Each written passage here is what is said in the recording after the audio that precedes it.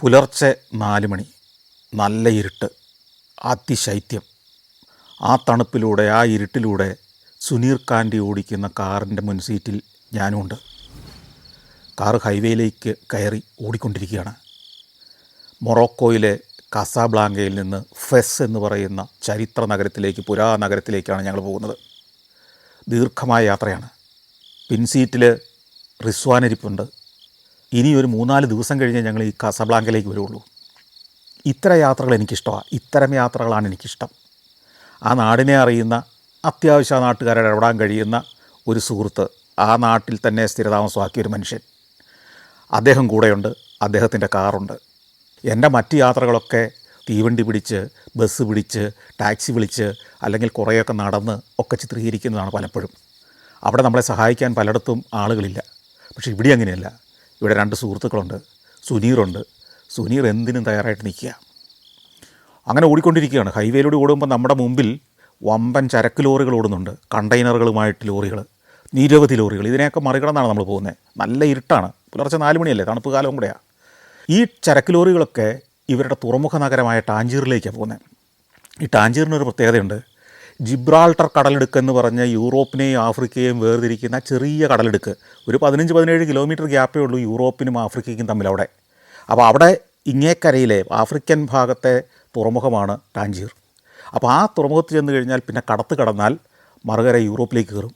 യൂറോപ്പിൻ്റെ, തെക്കൻ യൂറോപ്പിൻ്റെ Spain, Portugal, France, ഇങ്ങനെ വിവിധ രാജ്യങ്ങളിലേക്ക്, ജർമ്മനിയിലേക്കും കിഴക്കൻ യൂറോപ്പിലേക്കും ഒക്കെയുള്ള പച്ചക്കറികൾ, പ്രത്യേകിച്ച് ആഫ്രിക്കൻ ഭൂപ്രദേശങ്ങളിൽ വിളയുന്ന പഴങ്ങളും പച്ചക്കറികളും എല്ലാം ടൺ കണക്കിന് ദിവസവും 1000കണക്കിന് ടണ്ണ് കയറിപ്പോകുന്ന തുറമുഖമാണ്. അങ്ങോട്ട് പോകുന്ന ചരക്ക് ലോറികളുടെ നീണ്ട നിരകളാണ് നമ്മൾ കാണുന്നത്. അത് പിന്നിട്ട് വീണ്ടും കുറേയും കൂടി ഓടി. കുറച്ച് കഴിഞ്ഞപ്പോഴത്തേക്കും സുനീർ പറഞ്ഞു, നമുക്ക് ഇന്ധനം നിറയ്ക്കണം. ഫ്യൂവൽ ഗേജ് നോക്കുമ്പോൾ 1/2 ടാങ്കിന് മുകളിലുണ്ട്. ഞാൻ ചോദിച്ചു, 1/2 ടാങ്കിന് മുകളിലുണ്ടോ? നമുക്ക് കുറേയും കൂടി ഓടിക്കഴിഞ്ഞിട്ട് അടിച്ചാൽ പോരെ? അതല്ല, നമുക്ക് ഇന്ധനം നിറയ്ക്കണം, വണ്ടിക്കല്ല. പുള്ളി പെട്ടെന്ന് തന്നെ ഒരു പെട്രോൾ പമ്പിലേക്ക് വണ്ടി തിരിച്ചു വിട്ടു. നമുക്ക് ഇന്ധനം നിറയ്ക്കണമെങ്കിൽ അതിനെ പെട്രോൾ പമ്പിലേക്ക് പോകുന്നത്. പെട്രോൾ പമ്പിൽ കയറി അവിടെ കുറച്ച് പെട്രോൾ അടിക്കുന്ന ഒരു ചടങ്ങ് അവിടെ നിർവഹിച്ചെങ്കിലും പുള്ളി പറഞ്ഞു, ഇവിടെ ഒരു റെസ്റ്റോറൻ്റ് ഉണ്ടായിരുന്നു, ഇവിടെ നല്ല ബ്രേക്ക്ഫാസ്റ്റ് കിട്ടും. ഞാൻ പറഞ്ഞു, ഈ 4 മണി കഴിഞ്ഞ സമയത്തോ ബ്രേക്ക്ഫാസ്റ്റോ? സുനീർ രാവിലെ എഴുന്നേറ്റ ഉടനെ തന്നെ ഹെവി ആയിട്ടുള്ള ബ്രേക്ക്ഫാസ്റ്റ് കഴിക്കും. അതിന് ചില ചിട്ടകളൊക്കെ ഉണ്ട്. പെട്രോൾ അടിച്ചിട്ട് പുള്ളി ചുറ്റും നോക്കുമ്പോൾ പുള്ളി സ്ഥിരം വരുന്ന ആ റെസ്റ്റോറൻറ്റ് കാണുന്നില്ല. അവിടെ എന്തോ റിനോവേഷൻ നടക്കുക ആയതുകൊണ്ട് തന്നെ ആ റെസ്റ്റോറൻറ്റ് ഇരിക്കുന്ന ഭാഗമെല്ലാം പൊളിച്ച് കളഞ്ഞിരിക്കുന്നു. അപ്പോൾ ആ പമ്പിലെ ജോലിക്കാരനോട് ചോദിച്ചു, ഇത് എവിടെ പോയി നമ്മുടെ റെസ്റ്റോറൻറ്റ്? അപ്പോൾ പറഞ്ഞു, ഈ പമ്പിൻ്റെ പറമ്പിന് പുറത്ത് ഒരു കണ്ടെയ്നർ കൊണ്ടുവന്ന് വെച്ചിട്ടുണ്ട്. ആ കണ്ടെയ്നറിനെ ഒരു റെസ്റ്റോറൻ്റ് ഇല്ല, അതിൻ്റെ അടുക്കള മാത്രം അവിടെ. പുറത്ത് വന്നിരുന്ന ആളുകൾ ചായയും കാപ്പിയൊക്കെ കുടിക്കുന്നു. അപ്പോൾ അവിടെയാണെന്ന് പറഞ്ഞു. വണ്ടിയായിട്ട് അങ്ങോട്ട് പോയി. അവിടെ കൊണ്ടുപോയി വണ്ടി പാർക്ക് ചെയ്തിട്ടു. ഒട്ടും തണുപ്പാണ്. എന്നോടും ഇറങ്ങി വരാൻ പറഞ്ഞു. ഞാൻ പറഞ്ഞു, എനിക്ക് ഈ നേരത്തൊന്നും കഴിക്കാൻ പറ്റില്ല, ഇറങ്ങി വാ, സന്തോഷിട്ടാ വരൂ. അങ്ങനെ എന്നെ നിർബന്ധപൂർവ്വം പിടിച്ചിറക്കി ഇതിനകത്തോട്ട് കൊണ്ടുവന്നു. അപ്പോൾ ഞാൻ വിചാരിച്ചെന്നാൽ ഒരു ചായ കുടിക്കാം. ഇവിടെ നല്ല ചായയാണല്ലോ, മിൻ്റൊക്കെ ഇട്ട നല്ല ഗംഭീരം ചായ. കയറി ചെന്ന് കഴിഞ്ഞ് ഈ കടക്കാരനായിട്ട് എന്തോ പരിചയമൊക്കെ ഉണ്ട്. എന്തൊക്കെയോ കുറേ നേരം സുനീർ സംസാരിക്കുന്നു. പിന്നെ ഉടനെ ഒരു 3 ചായ വന്നു, മിൻറ്റിട്ട ചായ, നല്ല ചൂടുള്ള മധുരമൊക്കെയുള്ള നല്ല ചായ. അത് കുടിച്ചു. ഒരെണ്ണം കൂടെ വേണമെന്ന് ചോദിച്ചു. ഒരെണ്ണം കൂടെ വേണം. അത് കുടിച്ചു. പിന്നെ കാത്തിരുന്നപ്പോഴത്തേക്കും കുറച്ച് വിഭവങ്ങളെത്തി. അപ്പോൾ ഇതെന്താ സംഭവം എന്നറിയോ? ഇവിടുത്തെ ഒരു വിശേഷപ്പെട്ട വിഭവമാണ്. ഇതാണ് സുനീറിന് ഏറ്റവും ഇഷ്ടപ്പെട്ട ബ്രേക്ക്ഫാസ്റ്റ് വിഭവം. ഈ വിഭവത്തിൻ്റെ പേര് ബൈദ് ക്ലിയ എന്നാണ്. ബൈദ് ക്ലിയ എന്ന് പറഞ്ഞാൽ, ബൈദ് എന്ന് പറഞ്ഞാൽ മുട്ട, ക്ലിയ എന്ന് പറഞ്ഞാൽ ഇറച്ചി, മുട്ടയിറച്ചി. മുട്ട വെറുതെ പൊട്ടിച്ചൊഴിച്ച് അതിൻ്റെ കൂടെ കുറച്ച് മാംസമൊക്കെ കൂടി ഇട്ടിട്ട് വറുത്തെടുക്കുന്ന, ഫ്രൈ ചെയ്തെടുക്കുന്ന ഒരു വിഭവം. മുട്ടയിറച്ചി മാത്രമുള്ളൊരു സാധനം. അതിൻ്റെ കൂടെ തന്നെ ഒരു ലോക്കൽ പൊറോട്ടയുണ്ട്. അവരുടെ ഒരു പൊറോട്ടയാണ്, മൊറോക്കൻ പൊറോട്ട. സ്മെന്ന് എന്നാണ് അതിൻ്റെ പേര്. ആ സ്മെന്നും 1-2 എണ്ണം. ഏതായാലും അതൊക്കെ കഴിച്ച് പുള്ളി ഒന്ന് ഉഷാറായി. ഞങ്ങൾ വണ്ടി എടുത്തു, വീണ്ടും യാത്രയാണ്. ഇനിയും ദീർഘമായ യാത്ര. ഏതാണ്ട് 5 മണിക്കൂർ ഓടണം നമ്മൾ ഫെസ് എന്ന് പറയുന്ന നഗരത്തിലെത്താൻ. 9 മണി കഴിഞ്ഞ് ഞങ്ങളവിടെ എത്തുമ്പോഴത്തേക്കും അങ്ങനെ ഓടിക്കൊണ്ടിരിക്കുകയാണ്. കുറേ കഴിയുമ്പോഴത്തേക്കും ആകാശത്തിൻ്റെ നിറം ഇങ്ങനെ മാറി മാറി വരുന്നു, ചുവപ്പായി വരുന്നു, പിന്നെ വെളുത്ത് വരുന്നു. പക്ഷേ വെളുത്ത് വന്നപ്പോൾ ഒരു കുഴപ്പമുണ്ടായി. മൂടൽമഞ്ഞാണ്. തൊട്ടു മുമ്പിലുള്ളത് പോലും കാണാൻ പറ്റാത്ത രീതിയിൽ മൂടൽമഞ്ഞ്. അപ്പോൾ ഇന്നലെ സുനീർ കാലാവസ്ഥയൊക്കെ നോക്കിയിട്ട് പറഞ്ഞു, ഇനി സന്തോഷേട്ടാ ഒന്നും പേടിക്കണ്ട, അടുത്ത 5 ദിവസം ഗംഭീര വെയിലാണ്, നല്ല തെളിഞ്ഞ അന്തരീക്ഷം, നിങ്ങൾക്ക് ഗംഭീരമായിട്ട് ഷൂട്ട് ചെയ്യാന്നൊക്കെ പറഞ്ഞ സാധനമാണ്. മൂടൽമഞ്ഞിൻ്റെ ഒരു കൂട്ടിലേക്കാണ് ചെന്ന് കയറുന്നത്. ചുറ്റുമൊന്നും കാണാൻ പറ്റുന്നില്ല. അങ്ങനെ ഓടുകയാണ്. ഇടയ്ക്ക് നമ്മൾ റബാത്ത് നഗരം പിന്നിടുന്നുണ്ട്. റബാത്ത് നഗരത്തിനകത്ത് കയറുന്നില്ല, റബാത്ത് ഇവരുടെ തലസ്ഥാന നഗരമാണ്. അതിൻ്റെ ഒരു പുറത്തുകൂടെയുള്ള ഒരു ബൈപ്പാസ് പോലത്തെ പാതയിലൂടെ പോകുന്നു. റബാത്തിലെ യൂണിവേഴ്സിറ്റി കിടക്കുന്നു. വലിയൊരു യൂണിവേഴ്സിറ്റിയാണ് ഈ റബാത്തിലേത്. ആ യൂണിവേഴ്സിറ്റിയും പിന്നിട്ട് വീണ്ടും പോവുകയാണ്. പിന്നെ നമ്മൾ പോകുന്ന മുഴുവൻ കൃഷിയിടങ്ങൾക്ക് നടുവിലൂടെയാണ്. പലതരം കൃഷികൾ, ചോളം മുതൽ ഗോതമ്പ് വരെയുള്ള കൃഷികൾ നടക്കുന്ന സ്ഥലങ്ങൾ, കുന്നുകളും താഴ്വരകളും ഒക്കെയാണ്. മനോഹരമായ യാത്രയാണ്. അതിനിടയ്ക്ക് ഒരു ഗ്രാമം കാണും. ആ ഗ്രാമത്തിൽ കുറേ വീടുകൾ, പിന്നെ വീണ്ടും കൃഷിയിടങ്ങൾ, 100 കണക്കിന് ഏക്കർ, 1000 ഏക്കർ കൃഷിയിടങ്ങൾ, അതിനകത്ത് നീളം ചില കെട്ടിടങ്ങൾ. ഈ നീളം കെട്ടിടങ്ങളൊക്കെ ഫാമുകളാണ്. പശുവിനെയും ആടിനെയും ഒക്കെ വളർത്തുന്ന ഫാമുകൾ. വീണ്ടും കൃഷിയിടങ്ങൾ. ഈ കൃഷിയിടങ്ങളിൽ ഇത്തരം കൃഷി മാത്രമല്ല, കുന്നിൻ ചെരുവുകളിൽ ഒലിവിൻ്റെ കൃഷി നടക്കുന്നുണ്ട്. ഒലിവ് തോട്ടങ്ങളുണ്ട്. ധാരാളം ഒലിവ് ഉൽപ്പാദിപ്പിക്കുന്ന മെഡിറ്ററേനിയൻ തീരത്തെ രാജ്യങ്ങളിലൊക്കെ ഒലിവ് ഉൽപ്പാദനമുണ്ട്. ഇത് യൂറോപ്പിലേക്കൊക്കെ കയറ്റി അയക്കും. ഒലിവെണ്ണ നമുക്കറിയാമല്ലോ, ഭയങ്കര ഡിമാൻഡുള്ള എണ്ണയാണ്. കുറച്ച് ഓടിക്കഴിഞ്ഞപ്പോഴത്തേക്കും സുനീർ വണ്ടി വഴിയരികെ നിർത്തി. ഞാൻ ഒരു കാര്യം ഉണ്ട് എന്ന് പറഞ്ഞിട്ട് പയ്യെ പുറകോട്ട് പോയി. കാര്യം മനസ്സിലായി. തിരിച്ചു വന്നിട്ട് പുള്ളി പറഞ്ഞു, റിസ്വാനെ നീ വണ്ടി ഓടിക്കുക, എനിക്ക് കുറച്ച് പേരെ ഫോൺ ചെയ്യാനുണ്ട് എന്ന് പറഞ്ഞ് പുറകെ കയറിയിരുന്നു. അങ്ങനെ റിസ്വാൻ വണ്ടി ഓടിക്കാൻ തുടങ്ങി.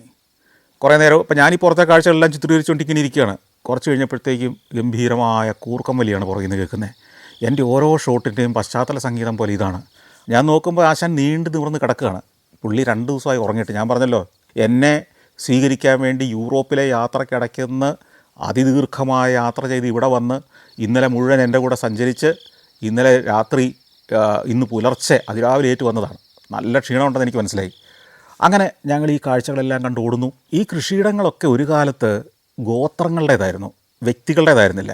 ഗോത്ര മൂപ്പനായിരുന്നു അതിൻ്റെ ഉടമസ്ഥൻ. എന്നിട്ട് ഗോത്രങ്ങളിലെ ആ ഗോത്രത്തിലെ ആളുകളെല്ലാം ചേർന്ന് അത് കൃഷി നടത്തുമായിരുന്നു. പക്ഷേ ഫ്രഞ്ചുകാർ ഇവിടേക്ക് വന്നതിന് ശേഷം ഈ ഗോത്രങ്ങളിൽ നിന്ന് കൃഷി ചെയ്യാനുള്ള അവകാശം അവർ മേടിച്ചെടുത്തു. പക്ഷേ ഫ്രഞ്ചുകാരുടെ ഭരണമൊക്കെ കഴിഞ്ഞ് അവർ തിരിച്ചു പോയി കഴിഞ്ഞ് വീണ്ടും ഈ ഗോത്രത്തിൻ്റെ കയ്യിലേക്ക് ഈ ഭൂമി ചെന്നു. ഗോത്ര മൂപ്പൻ്റെ കയ്യിലേക്കല്ല, ആ ഗോത്രത്തിലെ അംഗങ്ങളുടെ കൈകളിലേക്ക് ഭൂമി വീതം വെച്ച് കിട്ടി. പക്ഷേ ഇപ്പോൾ സംഭവിച്ചിരിക്കുന്നത് വെച്ച് കഴിഞ്ഞാൽ അവർക്ക് കിട്ടിയ ഈ ഭൂമിയൊക്കെ വമ്പൻ പ്രസ്ഥാനങ്ങൾക്ക്, വമ്പൻ ഭൂവുടമകൾക്ക് അവർ വിറ്റു. എന്നിട്ട് ഈ ഗോത്രത്തിലെ ആളുകളൊക്കെ ഈ ഭൂമിയിലെ പണിക്കാർ മാത്രമായിട്ട് ഇപ്പം മാറിയിരിക്കുകയാണ്. അങ്ങനെ വീണ്ടും കുറേ ദൂരം കൂടെ ഓടി നമ്മൾ ഫെസ് നഗരത്തിലേക്ക് പ്രവേശിക്കാറായി എന്നുള്ള കവാടം കണ്ടു. അവിടെ വണ്ടി നിർത്തി. അപ്പോൾ ഫെസ് എത്തുന്നതിന് മുമ്പ് വിളിച്ചേൽപ്പിക്കണമെന്നാണ് പറഞ്ഞിരിക്കുന്നത്. സുനീറിനെ വിളിച്ചേൽപ്പിച്ചു. സുനീർ പുറത്തിറങ്ങി ഒരു സിഗരറ്റൊക്കെ വലിച്ചു. പുള്ളിയിടയ്ക്ക് വരെ സിഗരറ്റ് വലിക്കും. ഒന്ന് ഉഷാറായി വന്ന് വണ്ടിക്കകത്ത് കയറിയിരുന്നു. ഫെസ് നഗരത്തിലേക്ക് ഞങ്ങൾ കയറുകയാണ്. ഈ ഫെസ് നഗരം എന്ന് പറയുന്നത് ഒരു ചരിത്ര നഗരമാണ്. 100 കണക്കിന് വർഷങ്ങളുടെ ചരിത്രമുള്ളൊരു നഗരം. നമ്മളങ്ങ് കയറി ചെല്ലുമ്പോൾ തന്നെ ഫെസ് നഗരത്തിൻ്റെ കവാടമുണ്ട്. പിന്നെ കോട്ടകളാണ്, നിരവധി കോട്ടകൾ. ഫ്രഞ്ചുകാരുടെ കാലത്ത് പണിതതാണ് വീതിയുള്ള ഈ പാതകളൊക്കെ. പക്ഷേ അതിൻ്റെ ഓരങ്ങളിൽ വശങ്ങളിലേക്ക് നോക്കുമ്പം കോട്ടകളാണ്, കല്ലുകൊണ്ട് പണിത കോട്ടകൾ. കോട്ടയ്ക്ക് കൊത്തളങ്ങളുണ്ട്, എടുപ്പുകളുണ്ട്. ഇടയ്ക്കൊക്കെ ഈ മെയിൻ റോഡിൽ നിന്ന് വിട്ട് ഈ കോട്ടയ്ക്ക് ഉള്ളിലേക്കൊക്കെ വണ്ടി വിട്ടു. അപ്പോൾ ഇന്നൊരു ഞായറാഴ്ച ആയതുകൊണ്ട് അധികം ആളുകളില്ല, വഴിയിലൊക്കെ വിജനമാണ്. അങ്ങനെ പല വഴികളിലൂടെ എനിക്ക് ഷൂട്ട് ചെയ്യാൻ വേണ്ടി ഫെസ്സിൻ്റെ കോട്ട നഗരത്തിൻ്റെ പല ഭാഗങ്ങളിലൂടെയൊക്കെ പോയി. അങ്ങനെ കുറേ ദൂരം ഓടി നമ്മൾ കുന്നിൻ്റെ ഒരു മലയുടെ മുകളിലേക്ക് ചെല്ലുകയാണ്. അതായത് ഈ ഫെസ് എന്ന് പറയുന്ന നഗരം തന്നെ മലകളും താഴ്വരകളും എല്ലാം ചേർന്ന, കുന്നുകളും താഴ്വരകളും ഒക്കെ ചേർന്ന ഭാഗങ്ങളാണ്. അങ്ങനെ ഒരു ഭാഗത്തെത്തുമ്പോൾ ഒരു വ്യൂ പോയിൻ്റ് പോലെ ഒരു ഉയർന്ന ഭാഗമുണ്ട്. അവിടെ വണ്ടി നിർത്താൻ ഞാൻ പറഞ്ഞു. വണ്ടി നിർത്തി ഇറങ്ങി.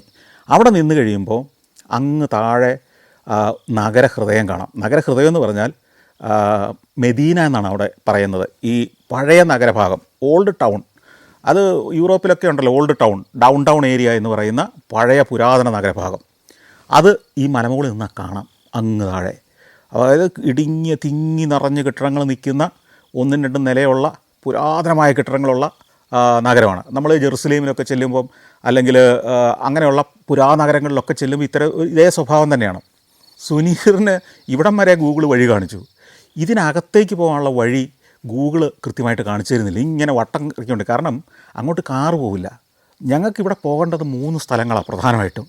ഈ ഫെസ് പ്രശസ്തമാകുന്നത് തന്നെ പണ്ട് ടൂറിസത്തിൻ്റെ പേരിലല്ല.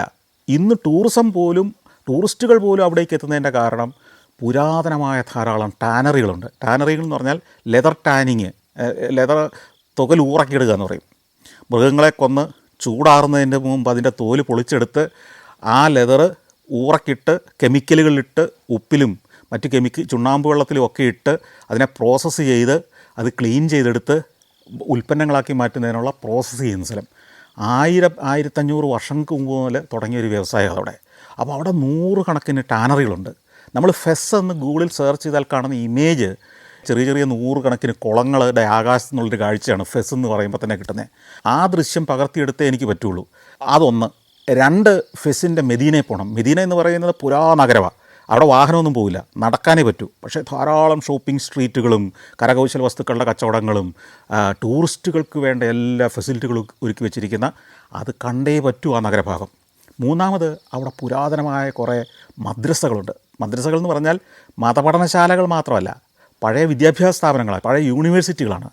അപ്പോൾ അതിൻ്റെ മനോഹരമായ നിർമ്മിതികളുണ്ട്. അവിടുത്തെ വിദ്യാർത്ഥികൾ താമസിച്ച് പഠിച്ചിരുന്ന മദ്രസകൾ, അത് ചരിത്രമുള്ള സ്ഥലങ്ങളാണ്. ഇത് കാണണം. അപ്പോൾ ഇത് മൂന്നും ഞങ്ങൾക്ക് 3 പേർക്കും അറിയത്തില്ല ഇത് എവിടെയാണ് സ്ഥലമെന്ന്. ഉടനെ ഞങ്ങൾ കുറേ നേരം ഇത് അന്വേഷിച്ച് ഗൂഗിൾ ഞങ്ങളെ ഇങ്ങനെ കൊണ്ടു നടക്കുന്നുണ്ട്. പക്ഷേ ഇത് കൊണ്ടു നടക്കുന്നത് മുഴുവൻ ഈ നഗരത്തിന് ചുറ്റുമാണ്. ഇതിനകത്തേക്കോ ഈ പറഞ്ഞ സ്ഥലങ്ങളിലേക്ക് കൊണ്ടുപോകാൻ പറ്റുന്നില്ല. ഏതെങ്കിലും ഒരു സ്ട്രീറ്റ് കൊണ്ടുപോയി നിർത്തുന്നു, അതല്ലാന്ന് മനസ്സിലാവുന്നു. വീണ്ടും അവിടെ ഇരുന്ന ഈ സ്ഥലം നമ്മൾ വീണ്ടും ഗൂഗിളിൽ സെർച്ച് ചെയ്ത് കഴിയുമ്പോൾ വേറൊരു വഴി കാണിച്ചിരുന്നു. ഏതായാലും 1.5 മണിക്കൂർ അങ്ങ് പോയി. അവസാനം ഇത്തരത്തിൽ പോയി നിന്ന ഒരു സ്ഥലത്ത് അവിടെ ഒരു വഴിയോര കച്ചവടക്കാരൻ, ഈ സിഗരറ്റൊക്കെ പോലത്തെ ചില സാധനങ്ങളൊക്കെ വിറ്റുകൊണ്ട് നടക്കുന്ന ഒരാളെ കണ്ടു. അയാൾ ചോദിച്ചു, ഞങ്ങൾക്ക് ഈ ലെതറിൻ്റെ പ്രോസസ്സ് ചെയ്യുന്ന ടാനറികൾ കാണാൻ പോകണം, അതിൻ്റെ ഇമേജ് കാണിച്ചു കൊടുത്തു. അപ്പോൾ അയാൾ പറഞ്ഞു കാണിച്ച്. ഉടനെ ഇയാൾ വന്ന് കാറിൻ്റെ പുറകിലേക്ക് അങ്ങ് കയറി. എന്നിട്ട് അയാൾ സുനീറിനോട് പറഞ്ഞു വണ്ടി വിടാൻ പറഞ്ഞു. കുറേ ഇടത്തെരുവുകളിലൂടെയും കുറേ വഴികളിലൂടെയും എല്ലാം ഓടി. ഒരു 10-20 മിനിറ്റ് ഓടിയിട്ടുണ്ടാവണം. ഓടി ഒരു വീടിൻ്റെ മുമ്പിൽ കൊണ്ടുപോയി നിർത്തി. വീടിൻ്റെ മുമ്പിൽ കൊണ്ടുപോയി നിർത്തിയപ്പോൾ ഞങ്ങൾ ചോദിച്ചു, ഇവിടെ ആണോ ഈ ടാനറി? അല്ല, ഇതെൻ്റെ വീടാണ്.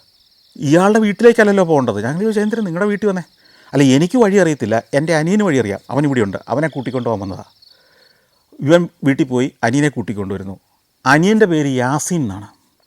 പിന്നെ യാസിനും കൂടി ഇതിനകത്ത് കയറുന്നു. യാസിന് വഴി അറിയാമോയെന്ന് ചോദിച്ചു. അപ്പോൾ യാസിന് വഴി അറിയാം, പക്ഷേ യാസിന് ഇംഗ്ലീഷ് അറിയത്തില്ല, ഇവരുടെ ഭാഷ മാത്രമേ അറിയത്തുള്ളൂ.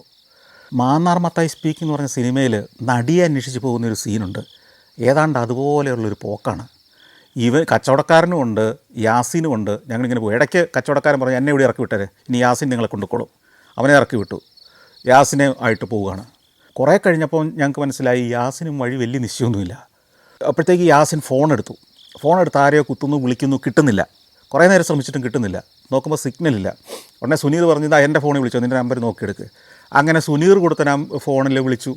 ആരോടൊക്കെ എന്തൊക്കെയോ സംസാരിച്ചു. ഒടുവിൽ ഏതൊക്കെയോ വഴികളിലൂടെ ഓടി ഒരു വലിയ കെട്ടിടത്തിൻ്റെ മുമ്പിൽ കൊണ്ടുപോയി വണ്ടി നിർത്തി. ആ കെട്ടിടത്തിന് മുമ്പിൽ വരെ വഴിയുള്ളൂ. എനിക്ക് മനസ്സിലായി ഇവിടെ അല്ല സ്ഥലം, ഇങ്ങനെയല്ല. നമ്മുടെ ദൃശ്യങ്ങളിൽ കാണുന്നതെന്ന് പറഞ്ഞ ഒരു പുരാതന ഭാഗമാണ്, ആകാശത്തുള്ള കാഴ്ചയാണ്. നിരവധി ടാങ്കുകൾ, ആ ടാങ്കുകളിൽ പല നിറത്തിലുള്ള വെള്ളം നിറഞ്ഞു കിടക്കുന്നത്, വരമ്പുകൾ പോലെ നൂറുകണക്കിന് ചെറിയ ചെറിയ ചെറിയ ടാങ്കുകളുള്ള ഒരു പ്രദേശമാണ്. അപ്പോൾ ഇതല്ല കാഴ്ചയിൽ. ഉടനെ ഞാൻ സുനീറിനോട് പറഞ്ഞു, സുനീർ ഇതാണെന്ന് തോന്നുന്നില്ല. സുനീർ പറഞ്ഞു, ഏതായാലും നോക്കട്ടെ. ഇയാൾ ഇറങ്ങിച്ചെന്നിട്ട്, നമ്മുടെ യാസീൻ ഇറങ്ങിച്ചെന്നിട്ട് വേറൊരാളെ കൂട്ടിക്കൊണ്ട് വന്നു ഈ കെട്ടിടത്തിനകത്തുനിന്ന്. അയാൾ ഇറങ്ങി വന്നു. അയാൾക്ക് ഇംഗ്ലീഷ് അറിയാം. അയാൾ ചോദിച്ചു, നിങ്ങൾ ഈ ടാനറി കാണാൻ വന്നതല്ലേ? അതെ. അതിവിടെ തന്നെയാണ്. അപ്പോൾ ഞങ്ങൾക്ക് സംശയമായി. ഏതായാലും വണ്ടി മാറ്റിയിട്ടോളൂ. അയാൾ വണ്ടി മാറ്റിയിടാൻ പറഞ്ഞു. സുനീർ വണ്ടി അടുത്ത് ഒതുക്കിയിട്ടു. ഞങ്ങൾ ഇറങ്ങിച്ചെന്നു. ഇറങ്ങിച്ചെന്നപ്പോഴേ ഇയാൾ പോക്കറ്റിൽ നിന്ന് 2-3 മിൻറ്റ്, പുതിന എന്ന് പറഞ്ഞ സാധനം ഉണ്ടല്ലോ, നമ്മൾ ചായക്കകത്ത് ഇട്ട് കുടിച്ച സാധനം, അതെടുത്ത് കയ്യിലേക്ക് വന്നു. ഇത് വെച്ചോളാൻ പറഞ്ഞു. മനസ്സിലായില്ല ഒന്നും. ഞാൻ നിങ്ങളെ ടാനറി കാണിക്കാൻ കൊണ്ടുപോകും, എനിക്ക് ഫീസൊന്നും വേണ്ട. ഉദാരമനസ്കനായ മനുഷ്യൻ ആരാണ്? ഇതെന്തിനാണ് ഇങ്ങനെ ഒരു സേവനം ചെയ്യുന്നത്? ഞങ്ങൾക്ക് സംശയമായി. വരാൻ പറഞ്ഞു കൂടെ. അങ്ങനെ നടന്നു. ഒരു കെട്ടിടത്തിനകത്തേക്ക് കയറി. ഇയാൾ ഇറങ്ങി വന്ന കെട്ടിടത്തിനകത്തേക്ക് തന്നെയാണ്. അതിനകത്ത് കയറി ചെല്ലുന്ന ആദ്യത്തെ മുറി തന്നെ വലിയൊരു ഷോറൂമാണ്, ലെതർ ഉൽപ്പന്നങ്ങളുടെ ഷോറൂമാണ്. പിന്നെ അവിടുന്ന് കോവണി കയറാൻ തുടങ്ങി. ഓരോ നിലയിലും നമ്മൾ കടന്നു പോകുന്ന വമ്പൻ ഷോറൂമുകൾക്കകത്തൂടിയാണ്, പല നിലകൾ. ഒരു ഹോളിൻ്റെ അടുത്ത് അയാൾ പോയി നിന്നു. എന്നിട്ട് ഈ ടാനറികളുടെ ചരിത്രം പറയാൻ തുടങ്ങി. അദ്ദേഹം പറഞ്ഞു, 1000 വർഷങ്ങൾക്ക് മുമ്പ് മുതൽ ഇവിടെ ടാനറികൾ ഇവിടെ പ്രവർത്തിച്ചിട്ടുണ്ട്. ഇതേ സ്ഥലത്ത് ഇവിടെ പശു, ആട്, കോലാട്, ചെമ്മരിയാട് ഇങ്ങനെയൊക്കെയുള്ള മൃഗങ്ങളുടെ തോൽ ഉരിഞ്ഞെടുത്ത് പ്രോസസ്സ് ചെയ്യും. ഞങ്ങൾ ബാഗ്ദാദിൽ വരെ, ഇറാഖിലെ ബാഗ്ദാദിൽ വരെ ഒരു കാലത്ത് കച്ചവടം നടത്തിയിരുന്നു. അറബി നാടുകളിലേക്കെല്ലാം, യൂറോപ്പിൻ്റെ പല ഭാഗങ്ങളിലേക്ക് ഒക്കെ ലെതർ കയറ്റി അയച്ചിരുന്നത്, ലെതർ പ്രോസസ്സ് ചെയ്ത് അയച്ചിരുന്നത് ഇവിടുന്നാണ്. കൂടാതെ ഞങ്ങൾ ധാരാളം ഉൽപ്പന്നങ്ങളുണ്ടാക്കി. ബാഗുകൾ, വെള്ളം കൊണ്ടുപോകുന്ന പാത്രങ്ങൾ, അങ്ങനെ നിരവധി നൂറ്റാണ്ടുകൾക്ക് മുമ്പ് ഉണ്ടായിരുന്ന ഉപയോഗങ്ങളല്ല ഇന്ന് ഏറ്റവും ലക്ഷറിയുള്ള വാനിറ്റി ബാഗുകൾ, ഷൂസുകൾ, ചെരുപ്പുകൾ, പേഴ്സുകൾ, ബെൽറ്റുകൾ, ജാക്കറ്റുകളാണ് ഏറ്റവും ഗംഭീരം. ലെതറിൻ്റെ ആഡംബരത്വമാർന്ന ജാക്കറ്റുകൾ, ഇതൊക്കെ പല കളറുകളിലാണ്. ഈ ലെതറിന് ഇത്രയും കളറുണ്ടോ നമുക്ക് സംശയം വരും. ഓറഞ്ച് കളറ്, പിങ്ക് കളറ്, നീല കളറ്, പച്ച കളറൊക്കെ ഉള്ള ലെതർ. അപ്പോൾ ഈ കളറ് ചേർക്കലും ഈ കളറ് ടോൺ ചെയ്തെടുക്കലും ഒക്കെയാണ് ഇവിടെ നടക്കുന്ന പ്രോസസ്സ്. അപ്പോൾ ഇങ്ങനെ ഒരു ആമുഖമായൊരു പ്രഭാഷണമൊക്കെ നടത്തി. എന്നിട്ട് ഇയാൾ വീണ്ടും ഞങ്ങളെ നടത്തി. അങ്ങനെ വീണ്ടും ഇടുങ്ങിയ ഗോവണികൾ കയറി 4-ാം നിലയിലോ 5-ാം നിലയിലോ ടെറസിലേക്കാണ് ചെല്ലുന്നത്. ഈ ടെറസ് വളരെ രസകരമായിട്ട് അലങ്കരിച്ചൊക്കെ നിർത്തിയിട്ടുണ്ട്. ടെറസിൻ്റെ ഒരു ഭാഗത്തേക്ക് ചെല്ലുമ്പോൾ ആ വക്കിലേക്ക് കൊണ്ടുപോയി നിർത്തി കഴിഞ്ഞ് താഴേക്ക് നോക്കുമ്പോൾ അതാണ് നമ്മൾ ആ ദൃശ്യങ്ങളിൽ കണ്ടിട്ടുള്ള നിരവധി 100 കണക്കിന് കള്ളികളായിട്ട് പല നിറങ്ങളിൽ ലെതർ ടാൻ ചെയ്യുന്ന ടാനറികൾ. അവിടെ വലിയധികം ആളുകളൊന്നുമില്ല. ഏതാനും ആളുകൾ അങ്ങും പണിയൊക്കെ എടുത്ത് നടക്കുന്നുണ്ട്. ചുണ്ണാമ്പ് വെള്ളവും ഉപ്പ് വെള്ളവും കെമിക്കലുകളും ഒക്കെ നിറഞ്ഞു കിടക്കുന്ന പല നിറത്തിലുള്ള ടാങ്കുകൾ. അതൊരു മനോഹരമായ കാഴ്ചയാണ്, അതിമനോഹരമായ കാഴ്ചയാണ്. പക്ഷേ അപ്പോഴാണ് നമുക്കൊരു കാര്യം മനസ്സിലായത്. വന്നിറങ്ങിയപ്പോഴേ ഇയാൾ മിൻറ്റിൻ്റെ ആ പുതിനയുടെ 2 നില തന്നില്ലേ നമ്മുടെ കയ്യിലേക്ക് വെച്ചോളാൻ പറഞ്ഞ്. എന്തിനാണെന്നറിയാമോ? ഇത് മൂക്കിൽ തിരികെ വെക്കാനാണ്. അയ്യോ, സഹിക്കാൻ വയ്യാത്ത ഗന്ധം, ദുർഗന്ധമാണ്. ഈ തുകൽ ചീഞ്ഞിട്ടുള്ള മണം. ഏതാണ്ട് 9-ാം നൂറ്റാണ്ട് മുതൽ ഇന്ന് വരെ തുടർച്ചയായിട്ട് ഈ പ്രോസസ്സിങ് നടക്കുകയാണ്. ഇതിലേറ്റവും രസകരമായ കാര്യം അറിയോ? ഇത്രയും അപകടകാരിയായ വിഷം നിറഞ്ഞ ഈ ടാങ്കുകളിൽ ഇറങ്ങി നിന്നാണ് ആളുകൾ ഇത് ക്ലീൻ ചെയ്യുന്നതും ഇതിൻ്റെ ഈ വരമ്പുകളിലേക്ക് എടുത്തു വെക്കുന്നതും വിരിച്ചിടുന്നതും എല്ലാം. അവിടെ ജോലി ചെയ്യുന്നവർക്കെല്ലാം നിരവധി ആരോഗ്യ പ്രശ്നങ്ങളെല്ലാം ഉണ്ടാകുന്നുണ്ട്. മാത്രമല്ല, ഇവർ ഈ കെമിക്കലുള്ള ഈ വെള്ളം തുറന്നു വിടുന്നത് ഇതിലൂടെ വിടുന്ന ഈ ഫെസ് നദിയിലേക്കാണ്. ഫെസ് നദി മാലിന്യത്തിൻ്റെ ഒരു കേന്ദ്രമായി മാറി. അതിൻ്റെ ഓരങ്ങളിൽ വസിക്കുന്ന ആളുകൾക്ക് ക്യാൻസർ പോലുള്ള നിരവധി പ്രശ്നങ്ങളുണ്ട്. ഇതൊക്കെ യാഥാർത്ഥ്യമാണെങ്കിലും ടൂറിസവും ഈ ഇൻഡസ്ട്രിയും ഈ നഗരത്തിന് കൊടുക്കുന്ന കോൺട്രിബ്യൂഷൻ, അല്ലെങ്കിൽ അവിടുത്തെ ജനങ്ങൾ, പാതിയിലേറെ ജനങ്ങൾ ഇതുകൊണ്ടാണ് ജീവിക്കുന്നത് എന്നുള്ളത് കൊണ്ട് ഇപ്പോഴും അത് വലിയ തടസ്സമില്ലാതെ പോവുകയാണ്. ഇത് കാണാൻ നിരവധി ആളുകൾ വരുന്നുണ്ട്. അപ്പോൾ നമ്മളീ നിൽക്കുന്നത് ഒരു കെട്ടിടത്തിൻ്റെ ടെറസിലാണെങ്കിൽ ഈ ടാനറികളുടെ ചുറ്റും നിരവധി കെട്ടിടങ്ങളുണ്ട്. ഈ കെട്ടിടങ്ങളുടെ എല്ലാം ടെറസ് ഇതുപോലെ ടൂറിസം കേന്ദ്രങ്ങളാണ്. ഈ കെട്ടിടത്തിൻ്റെ എല്ലാം ടെറസിൽ നിന്നേ കാണാൻ അനുവദിക്കുകയുള്ളൂ. ഞാൻ ഈ ഗൈഡിനോട് ചോദിച്ചു, ഞാൻ താഴോട്ട് ഇറങ്ങാനുള്ള വഴിയുണ്ടോ, നമുക്ക് അടുത്ത് പോയി കാണാൻ പറ്റുമോ? ഇല്ലില്ല, അങ്ങോട്ട് വിടാൻ പാടില്ല എന്നുള്ളതാണ് നിയമം. കാരണം അതിനകത്ത് ഈ അപകടകരമായ കെമിക്കൽസ് ഉള്ളതുകൊണ്ട് ടൂറിസ്റ്റുകൾ അങ്ങോട്ട് വിടരുതെന്നാണ് അത്രേ. ഞങ്ങൾ അവിടെ നിന്ന് ഇറങ്ങിപ്പോകുന്നത് വേറൊരു വഴിയിലൂടെയാണ്, കയറി വന്ന വഴിയല്ല. അവിടെയും ഈ പറഞ്ഞ പോലെ തന്നെ നമ്മളെ കൊതിപ്പിക്കുന്ന തരത്തിലുള്ള ലെതറിൻ്റെ വ്യത്യസ്തങ്ങളായ ഉൽപ്പന്നങ്ങൾ, യൂറോപ്യൻ സ്റ്റാൻഡേർഡുള്ള ക്വാളിറ്റിയുള്ള സാധനങ്ങളാണ്. പക്ഷേ നിർഭാഗ്യവശാൽ ഒന്നും വാങ്ങിയില്ല. വാങ്ങാത്തതിൻ്റെ കാര്യം തന്നെ നമ്മൾ പ്രതീക്ഷിക്കുന്നതിൻ്റെ പല മടങ്ങാണ് വില. നമുക്കൊന്നും അഫോർഡബിൾ അല്ലാത്ത രീതിയിലുള്ള വിലയാണ്. യൂറോപ്പിൽ നിന്നുള്ള സമ്പന്നർക്കൊക്കെ മാത്രമേ അത് വാങ്ങാൻ പറ്റുള്ളൂ. അങ്ങനെ ഇറങ്ങി താഴെ ചെന്ന് കഴിഞ്ഞപ്പോൾ ഇയാൾക്ക് ഒന്നും വാങ്ങിയില്ല, അതുകൊണ്ട് കമ്മീഷനും ഇല്ല. അതുകൊണ്ട് ഞങ്ങളൊരു ചെറിയ ടിപ്പ് കൊടുത്തു പുള്ളിക്ക്, വലിയ ഹാപ്പിയായി. അപ്പോൾ ഞങ്ങൾ ചോദിച്ചു, ഈ മെദീനയിലേക്ക് പോകുന്ന വഴിയേതാ? ഈ ഗൈഡ് അപ്പോൾ യാസിനെ വിളിച്ചിട്ട് യാസിനോട് ഈ വഴിയൊക്കെ പറഞ്ഞു കൊടുത്തു. ഞങ്ങൾ വണ്ടിയിൽ കയറി വീണ്ടും പോവുകയാണ്. കുറേ ഓടി കഴിഞ്ഞപ്പോഴത്തേക്കും യാസിൻ പറഞ്ഞു, ഇനി മുമ്പോട്ട് പോകുമെന്ന് തോന്നുന്നില്ല, നമുക്ക് വണ്ടി ഇവിടെ ഇടണം. അപ്പോൾ സുനീർ ചോദിച്ചു, ഇവിടെ വണ്ടി ഇട്ടാൽ ഇനി എത്ര ദൂരം നടക്കണം? അതൊരു 2-3 കിലോമീറ്റർ നടക്കണം. അപ്പോൾ ഞാൻ പറഞ്ഞു, 2-3 കിലോമീറ്ററൊക്കെ ഇപ്പോൾ രാവിലെ ഈ സമയത്ത് നല്ല വെയിലായി, ഇപ്പോഴത്തേക്കും നടക്കാൻ പറ്റില്ല, നമുക്ക് പരമാവധി അടുത്തേക്ക് പോകാം. എന്നാൽ പൊക്കോ. വീണ്ടും പോവുകയാണ്. പിന്നെ ഓടി ഒരു പുരാതന നഗരത്തിലേക്ക് കയറുന്ന ഒരു നഗര കവാടം പോലത്തെ ഒരു ഭാഗമുണ്ട്. അവിടേക്ക് വണ്ടി ചെന്ന് കയറി. ആ കവാടവും കടന്നു.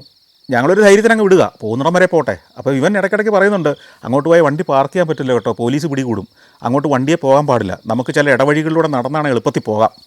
അങ്ങനെ ഓടിച്ച് വണ്ടി പോകുന്നതിൻ്റെ ഏതാണ്ടൊരു അവസാന ഭാഗം എന്ന് പറയുന്നൊരു ഭാഗത്ത് കൊണ്ടുപോയി വണ്ടി നിർത്തി. അവിടെയാണ് ഒരു 3-4 വണ്ടി പാർക്ക് ചെയ്യാനുള്ള സ്ഥലമുണ്ട്. അവിടെ കൊണ്ടുപോയി വണ്ടി പാർക്ക് ചെയ്തു. വണ്ടി പൂട്ടി. ഞങ്ങൾ ഇറങ്ങി. ഞങ്ങളുടെ ബാഗൊക്കെ ഇതിനകത്താണ്. എല്ലാം പൂട്ടിയെന്ന് ഉറപ്പ് വരുത്തി. എൻ്റെ ക്യാമറയും എൻ്റെ ക്യാമറ ബാഗിൽ സാധാരണഗതിയിൽ എൻ്റെ പ്രധാനപ്പെട്ട ഡോക്യുമെൻറ്റ്സ് എല്ലാം എൻ്റെ കയ്യിൽ തന്നെ ഉണ്ടാവും. സുനീറും റിസ്വാനും യാസിനും മുമ്പേ നടന്നു, ഞാൻ പുറകെ.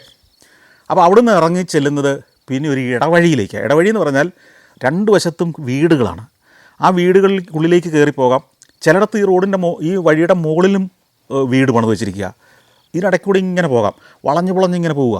പല ജംഗ്ഷനുകൾ വന്നു ചേരുന്നു. യാസിൻ നമ്മളിങ്ങനെ നയിക്കുകയാണ്. കുറച്ച് കഴിഞ്ഞപ്പോഴത്തേക്കും നമുക്കിതിൻ്റെ ദിക്കൊക്കെ വിട്ടുപോയി, ഏത് വഴിക്കാതെ തിരിഞ്ഞതൊക്കെ മറന്നു. ചരിത്രം ഉറങ്ങുന്ന സ്ഥലങ്ങളാണ്, എത്രയോ തലമുറകൾ കടന്നുപോയ വഴികളാണ്. കുറച്ചുകൂടെ കഴിയുമ്പോഴത്തേക്ക് നമ്മൾ ഈ മെദീന എന്ന് പറയുന്ന പുരാനഗരത്തിൻ്റെ ഏതാണ്ട് കേന്ദ്രഭാഗത്തേക്ക് അടുത്തെത്താറായെന്ന് മനസ്സിലായി. അപ്പോഴത്തേക്കും നമ്മൾ ഒരു 1.5 കിലോമീറ്റർ നടന്നു കഴിഞ്ഞു. ഏതൊക്കെയോ വഴികളിലൂടെ, ഒരു ഐഡിയയില്ല. ഈ വീടുകളായിരുന്നു ആദ്യ ഭാഗത്തെങ്കിൽ പിന്നീട് അങ്ങോട്ട് സുവനീർ കടകളുടെ കാഴ്ചകളായി. കരകൗശല വസ്തുക്കൾ വിൽക്കുന്ന കടകൾ, ചെറിയ കോഫി ഷോപ്പുകൾ, ടൂറിസ്റ്റുകൾ വന്നിരുന്ന് കാപ്പി കുടിച്ചിരിക്കുന്ന സ്ഥലങ്ങൾ, ലോഹം കൊണ്ടുള്ള പാത്രങ്ങൾ വിൽക്കുന്ന കടകൾ, വട്ടികൾ കൊട്ടകളൊക്കെ ഗ്രാമങ്ങളിൽ നെയ്തെടുത്ത് കൊണ്ടുവന്ന് വിൽക്കുന്ന ആളുകളുടെ കടകൾ, തുണികൾ, വസ്ത്രങ്ങൾ, ആഭരണങ്ങൾ വിൽക്കുന്നത്, സ്ത്രീകൾക്കുള്ള ഗംഭീരമായ കൈകൊണ്ട് നിർമ്മിച്ച ആഭരണങ്ങൾ വിൽക്കുന്ന ആളുകൾ, ഇങ്ങനെ ഭയങ്കര കളർഫുള്ളാണ്. ആ സ്ട്രീറ്റുകളിലൂടെ ഇങ്ങനെ നടക്കുകയാണ്. അപ്പോൾ ഫോട്ടോഗ്രാഫിക്ക് അതീവ ഗംഭീരമായ വിഷ്വൽസാണ്. ഈ ഇടുങ്ങിയ തെരുവിലേക്ക് ലൈറ്റിൻ്റെ ബീമുകൾ ഇങ്ങനെ വന്ന് വീഴും. അപ്പോൾ അതും കൂടെ വരുമ്പോഴത്തേക്കും ഭയങ്കര കളർഫുള്ളാണ്. ചിലയിടത്ത് ഇരുട്ട്, ചിലയിടത്ത് ലൈറ്റ്, ചിലയിടത്ത് നല്ല കട്ടും ചുവപ്പ് നിറം. ഇതിനിടയ്ക്ക് കഴുതപ്പുറത്താണ് ഈ സാധനങ്ങൾ കൊണ്ടുപോകുന്നത്. കാരണം വണ്ടി പോകില്ലല്ലോ. അപ്പോൾ കഴുതകളിടയ്ക്ക് ചരക്കുമായിട്ട് ഇങ്ങനെ കടന്നു പോകുന്നു. പിന്നെ കൂടാതെ ചില ഉന്തുവണ്ടികളിലെ ആളുകൾ ഇങ്ങനെ കൊണ്ടുപോകും. ചില റോഡുകളിലേക്ക് ചെല്ലുമ്പോൾ കുറച്ച് വീതിയുണ്ട്, അതിലൂടെ ആളുകളിങ്ങനെ നിറഞ്ഞൊഴുകുകയാണ്. പാശ്ചാത്യ ടൂറിസ്റ്റുകളും പാകിസ്ഥാനിൽ നിന്നും അറബി നാടുകളിൽ നിന്നൊക്കെ വന്നവരൊക്കെ ആളുകൾ. ഏറ്റവും കൂടുതൽ ടൂറിസ്റ്റുകൾ വരുന്ന യൂറോപ്പിൽ നിന്നാണ്. യൂറോപ്പിൻ്റെ ഫ്രാൻസ്, സ്പെയിന്, പോർച്ചുഗൽ, ഇങ്ങനെയൊക്കെയുള്ള ഭാഗങ്ങളിൽ നിന്നും ജർമ്മനിയിൽ നിന്നൊക്കെ. കാരണം എന്ന് വെച്ച് കഴിഞ്ഞാൽ ഞാൻ നേരത്തെ പറഞ്ഞല്ലോ, ഈ മൊറോക്കോ എന്ന് പറയുന്ന ആഫ്രിക്കൻ രാജ്യമാണെങ്കിലും യൂറോപ്പിൻ്റെ ഒരു കാലാവസ്ഥയും ഭൂപ്രകൃതിയും ഒക്കെ യൂറോപ്പിനോട് ഒരു 17 കിലോമീറ്റർ മാത്രം കടലിൻ്റെ ഒരു ഗ്യാപ്പുള്ളൊരു സ്ഥലമാണ്. നിങ്ങൾ മൂവാപ്പെടുത്ത് നോക്കിയാൽ നിങ്ങൾക്ക് മനസ്സിലാവും, വളരെ അടുത്താണ്. അപ്പോൾ ഇവർക്ക് വലിയ ചിലവില്ലാതെ ഒരു ഫെറി കടന്നാൽ സ്പെയിനിലുള്ളവർക്ക് ഒരു ആഫ്രിക്കൻ അല്ലെങ്കിൽ അറബ് സംസ്കാരവും മറ്റൊരു കൾച്ചറും ഏറ്റവും അടുത്ത് അനുഭവിക്കുന്ന ഒരു സ്ഥലം. ഇപ്പം കേരളത്തിൽ നിന്ന് തമിഴ്നാട്ടിലേക്ക് ചെന്നാൽ നമുക്കൊരു യൂറോപ്പ് അനുഭവിക്കാൻ പറ്റുമെങ്കിൽ എങ്ങനെ ഉണ്ടാവും? എല്ലാവരും യൂറോപ്പിലേക്ക് ഇത്രയും ദൂരം വിമാനം പിടിച്ച് പോകുന്നതിന് വരെ നേരെ തമിഴ്നാട്ടിലേക്ക് പോകലേ ഉള്ളൂ എന്ന് പറഞ്ഞ പോലെയാണ്. ഒരു അറബി നാടിൻ്റെ അല്ലെങ്കിൽ കിഴക്കനേഷ്യയുടെ ഒക്കെ ഒരു സംസ്കാരം അനുഭവിക്കാൻ നേരെ ഇങ്ങോട്ട് ഈ 17 കിലോമീറ്ററിൻ്റെ കടൽ കടന്നാൽ മതി. ഈ കെട്ടിടങ്ങൾക്കെല്ലാം ആ പുരാതനമായ ഒരേ നിറവാണ്, കല്ലുകൊണ്ട് പണിത കെട്ടിടങ്ങളാണ്. ചില ചുവരുകളിലൊക്കെ മനോഹരമായ പെയിൻറ്റിങ്ങുകൾ. ഇതിനിടയ്ക്ക് ചില ഇടത്തെരുവുകളുണ്ട്. ഈ ഇടത്തെരുവുകൾ ഒരു ആർട്ട് ഗാലറി പോലെയാണ് പണിത് വെച്ചിരിക്കുന്നത്. ആ ചുവരുകളിൽ മുഴുവൻ പെയിൻറ്റിങ്ങുകളാണ്. പെയിൻറ്റിങ്ങുകൾ തൂക്കി ഇട്ടിരിക്കുകയാണ്. നമുക്ക് വേണമെങ്കിൽ ഇത് കണ്ടു നടക്കാം, ഫോട്ടോ എടുക്കാം, വേണമെങ്കിൽ കാശ് കൊടുത്ത് വാങ്ങുകയും ചെയ്യാം. ചില ഇടത്തെരുവുകളുടെ 2 ഭിത്തികളിലും അതിമനോഹരങ്ങളായ പെയിൻറ്റിങ്ങുകളാണ് വിൽക്കാൻ വെച്ചിരിക്കുന്നത്. വേറെ ചില ഇടത്തെരുവുകൾ മുഴുവൻ വസ്ത്രങ്ങളാണ്, ഭയങ്കര രസകരമായ കളർഫുൾ ഡ്രസ്സ് വിൽക്കാൻ വെച്ചിരിക്കുന്നു, ട്രഡീഷണൽ വസ്ത്രങ്ങൾ. വഴിയരികിൽ ഇങ്ങനെ കഥയൊക്കെ പറഞ്ഞിരിക്കുന്ന നാട്ടുകാരാണ്. അതിൽ അബ്ദു, അലി എന്ന് പറഞ്ഞ 2 പേരെ പരിചയപ്പെട്ടു. വളരെ ഫ്രണ്ട്ലിയാണ്. എവിടുന്നാണെന്നൊക്കെ ചോദിച്ച് പരിചയപ്പെട്ട് അവസാനം ഇമാർ പാട്ട് പാടാൻ തുടങ്ങി. കഭി കഭി എന്ന് പറ, ഹിന്ദി പാട്ടൊക്കെ വലിയ സുപരിചിതമാണ്. അവർ പാടി പാട്ട് ഇപ്പോഴും ഞാൻ ഓർക്കുന്നുണ്ട്. ഈ കഭി കഭിയൊക്കെ അമിതാഭ് ബച്ചൻ്റെ ഒക്കെ വലിയ ആരാധകരാണ് ഇവർ. അവസാനം കൂടെ ഒന്ന് ഫോട്ടോയൊക്കെ എടുത്ത് ഞങ്ങൾ അവിടെ നിന്ന് ഇറങ്ങി വീണ്ടും നടന്നു. യാസിനാണ് നമ്മളിങ്ങനെ കൊണ്ടു നടക്കുന്നത്. ഈ ഫെസ് എന്ന് പറയുന്ന ഇവിടുത്തെ ഈ മദീന എന്ന ഈ പുരാനഗരത്തിലാണ് ലോകത്തിൽ ഏറ്റവും കൂടുതൽ ഏരിയ വാഹനം ചെല്ലിയലാത്ത ഒരു ജനവാസ പ്രദേശം ഉണ്ടെങ്കിൽ അത് ഇവിടെയാണ്. അതായത് വാഹനം അകത്തേക്ക് കയറി ചെല്ലിയലാത്ത ഏറ്റവും വലിയ ജനവാസ ഏരിയയാണിത്. ഏതാണ്ട് 1.5 ലക്ഷം ആളുകൾ അവിടെ തിങ്ങി പാർക്കുന്നുണ്ട്. ഇത്രയും വിശാലമായൊരു പ്രദേശത്ത് 100 കണക്കിന് ഇടവഴികളിലൂടെയൊക്കെയാണ് മനുഷ്യർ നടക്കുന്നതും പോകുന്നതും. ആ ഇടവഴികളുടെ ഓരങ്ങളിലാണ് വീടുകൾ. ഈ ഫെസ്സിലേക്ക് ടൂറിസ്റ്റുകളെ ആകർഷിക്കുന്ന ഒരു പ്രധാന കാര്യം തന്നെ ഈ മദീനയാണ്. ഈ പുരാതനമായ നഗരഭാഗം, അവിടുത്തെ കടകൾ, അവിടുത്തെ കോഫി ഷോപ്പുകൾ, അവിടുത്തെ ഇടുങ്ങിയ തെരുവുകളൊക്കെ അതൊരു പ്രത്യേക വൈബാണ്. ശരിക്കും പറഞ്ഞാൽ ഈ വാക്കിംഗ് സ്ട്രീറ്റുകൾ ലോകത്തെവിടെയും ടൂറിസ്റ്റുകളെ ആകർഷിക്കുന്ന കേന്ദ്രങ്ങളാണ്. യൂറോപ്പിലാവട്ടെ മറ്റേത് രാജ്യത്തും ആകട്ടെ ഇത്തരത്തിലുള്ള വാക്കിംഗ് സ്ട്രീറ്റുകൾ, വാഹനമില്ലാതെ ആളുകൾക്ക് നടന്ന് ഷോപ്പിംഗ് നടത്താവുന്ന, ഭക്ഷണം കഴിക്കാവുന്ന, ഫോട്ടോ എടുക്കാവുന്ന കളർഫുൾ സ്ട്രീറ്റുകളുള്ളത്. സത്യത്തിൽ നമ്മുടെ സർക്കാരുകളും നമ്മുടെ ടൂറിസം ഡിപ്പാർട്ട്മെൻറ്റുകളൊക്കെ ചെയ്യേണ്ടത് KTDC പോലത്തെ ഹോട്ടൽ നടത്തലല്ല. അതൊന്നും സർക്കാരിന് പറഞ്ഞേക്കുന്ന പണിയല്ല. പകരം ഇത്തരം ഷോപ്പിംഗ് സ്ട്രീറ്റുകൾ അല്ലെങ്കിൽ ടൂറിസം ആക്ടിവിറ്റിക്കുള്ള ഫെസിലിറ്റികൾ സർക്കാരിൻ്റെ പൊതുസ്ഥലങ്ങളിൽ രൂപപ്പെടുത്തണം. പലപ്പോഴും നമ്മൾ ശ്രമിക്കുന്നത് പുരാതനമായ അല്ലെങ്കിൽ ഒരു പഴയൊരു സ്ട്രീറ്റിനെ അവിടുത്തെ കടക്കാരെയൊക്കെ ബോധവൽക്കരിച്ച് ഇങ്ങനൊരു സ്ട്രീറ്റ് ഉണ്ടാക്കാനാണ്, അതിനെ അങ്ങനെ കൺവേർട്ട് ചെയ്യാനാണ്, വാക്കിംഗ് സ്ട്രീറ്റാക്കി മാറ്റാനാണ്. പക്ഷേ ബുദ്ധിപരമായിട്ട് വേറെ കാര്യം ചെയ്യാം. സർക്കാരിന് ഭൂമിയുള്ള മൂന്നാറിലോ ഫോർട്ട് കൊച്ചിയിലോ എറണാകുളത്തോ തിരുവനന്തപുരത്തോ കോഴിക്കോട്ടോ ഒക്കെ സർക്കാരിന് സ്ഥലമുള്ളിടത്ത് ആർട്ടിഫിഷ്യലായിട്ട് നമുക്ക് വാക്കിംഗ് സ്ട്രീറ്റ് ഉണ്ടാക്കാം. 2 വശത്തും ഇതുപോലെ കടകൾ പണിത് അത് വാടകയ്ക്ക് കൊടുത്ത് അത് ആളുകൾക്ക് റെൻറ്റിന് കൊടുത്ത് അതിൽ നിന്ന് വരുമാനവും കിട്ടും, സർക്കാരിന് തന്നെ വരുമാനവും കിട്ടും. ആ കടകളിൽ നല്ല കച്ചവടം നടക്കും. അവിടെ തുടക്കത്തിൽ തന്നെ കല്ല് വിരിച്ച വാക്കിംഗ് സ്ട്രീറ്റായിട്ട് വളഞ്ഞ സ്ട്രീറ്റുകൾ നമ്മൾ ഡിസൈൻ ചെയ്തെടുത്തു കഴിഞ്ഞാൽ ടൂറിസ്റ്റുകളുടെ ഒരു ആകർഷണമാകും. ഫുഡ് കഴിക്കാനും ഷോപ്പിങ്ങിനും സമയം കളയാനും ഒക്കെ ആളുകൾ വരും. കൂടാതെ ഇടയ്ക്ക് ചില സ്ക്വയറുകളൊക്കെ പണിതിടാം. ആ സ്ക്വയറുകളിൽ വൈകുന്നേരം പെർഫോമൻസുകൾ നടത്താം. ഇങ്ങനെ നമ്മൾ ഡിസൈൻ ചെയ്ത സിറ്റികൾ, വാക്കിംഗ് സ്ട്രീറ്റുകൾ, പുരാനഗര ഹൃദയം പോലത്തെ ഭാഗങ്ങളൊക്കെ ഒരു 5-6 ഏക്കർ സ്ഥലമുള്ളിടത്തൊക്കെ നമുക്ക് രൂപപ്പെടുത്താം. ശരിക്കും പറഞ്ഞാൽ കൊച്ചിയിലെ വെല്ലിംഗ്ടൺ ഐലൻഡിൽ പോർട്ടിൻ്റെ വെറുതെ കിടക്കുന്ന കുറേ സ്ഥലമൊക്കെ ഉണ്ട്. അതൊക്കെ ഇത്തരത്തിലുള്ള ഒരു ഷോപ്പിംഗ് സ്ട്രീറ്റുകൾ, വാക്കിംഗ് സ്ട്രീറ്റുകൾ, അതിൻ്റെ ഓൾഡ് ടൗൺ സ്ക്വയറുകളൊക്കെ ആയിട്ട് ഡിസൈൻ ചെയ്തെടുത്തു കഴിഞ്ഞാൽ ആളുകളുടെ ഒരു ഒത്തുചേരൽ കേന്ദ്രമായി മാറും, ഒരു ഹാപ്പനിങ് പ്ലേസായി മാറും, അതിഗംഭീരമായൊരു ടൂറിസ്റ്റ് ആകർഷണമാകും. ക്രൂസ് ഷിപ്പുകളിൽ വന്നിറങ്ങുന്ന ആളുകൾ ഒരു ദിവസം മറ്റ് സ്ഥലങ്ങളിലേക്കൊന്നും പോകുന്നില്ലെങ്കിൽ ഇത്തരം ഒരു ഷോപ്പിംഗ് സ്ട്രീറ്റിലേക്ക് വന്ന് പകൽ മുഴുവൻ സ്പെൻഡ് ചെയ്യും. അവിടെ പോയി ഭക്ഷണം കഴിച്ചോ, ഒരു ബീറൊക്കെ കഴിച്ചോ, കുറേ വസ്തുക്കൾ ഷോപ്പ് ചെയ്തോ, ഫോട്ടോ എടുത്തോ ഒക്കെ സമയം സ്പെൻഡ് ചെയ്യാം. അങ്ങനെ ഒരു തെരുവിലൂടെ നടക്കുമ്പോൾ ഭയങ്കര കളർഫുള്ളായ ഒരു കട കണ്ടു. പല കടകളും കളർഫുള്ളാണ്. സെറാമിക് ഷോപ്പാണത്.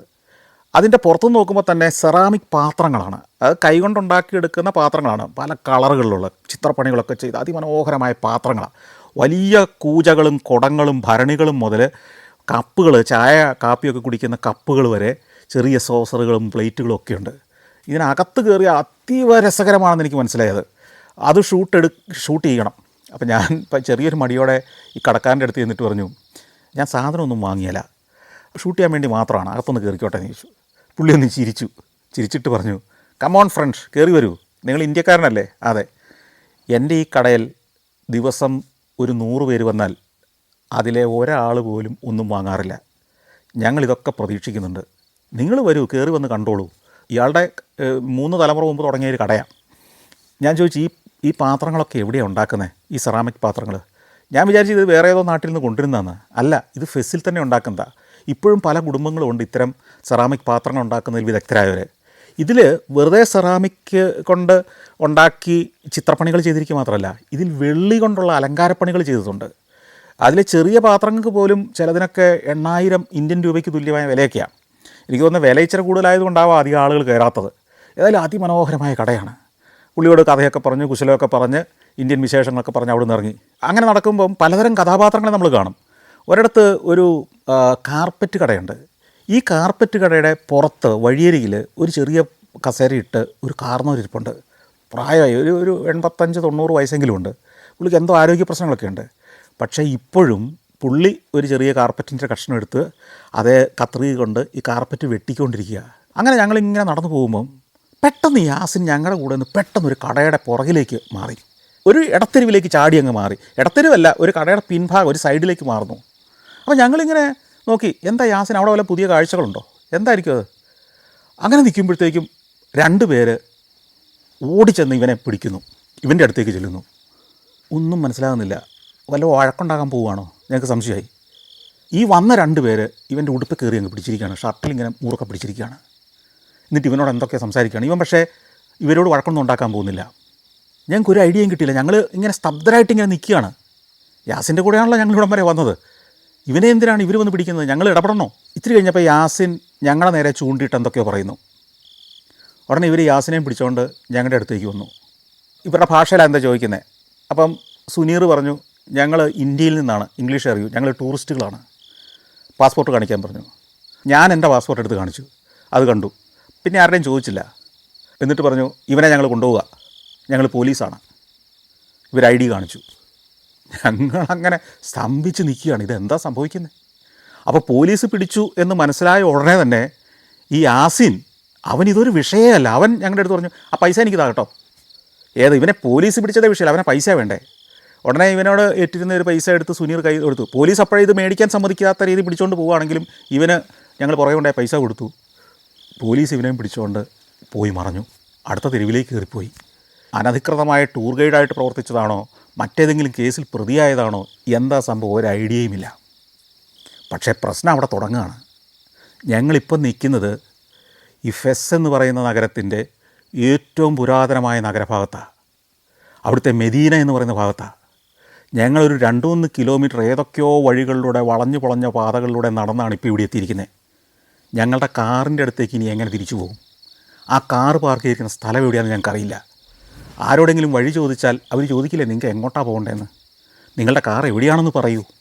ഞങ്ങൾക്കൊരു ഐഡിയയില്ല. പുറത്തെങ്ങനെയും കിടക്കാം. ഈ വിശാലമായ നഗരത്തിൻ്റെ ഏത് ഭാഗത്താണ് ഞങ്ങൾ കൊണ്ട് കാർ പാർക്ക് ചെയ്തിരിക്കുന്നത്? ഞങ്ങൾ ഒരു ഐഡിയയും ഇല്ലാതെ പരസ്പരം മുഖത്തോട് മുഖം നോക്കി അവിടെ നിന്നു. ഞാൻ ചെറുതായിട്ട് വേർക്കുന്നുണ്ടായിരുന്നപ്പോൾ.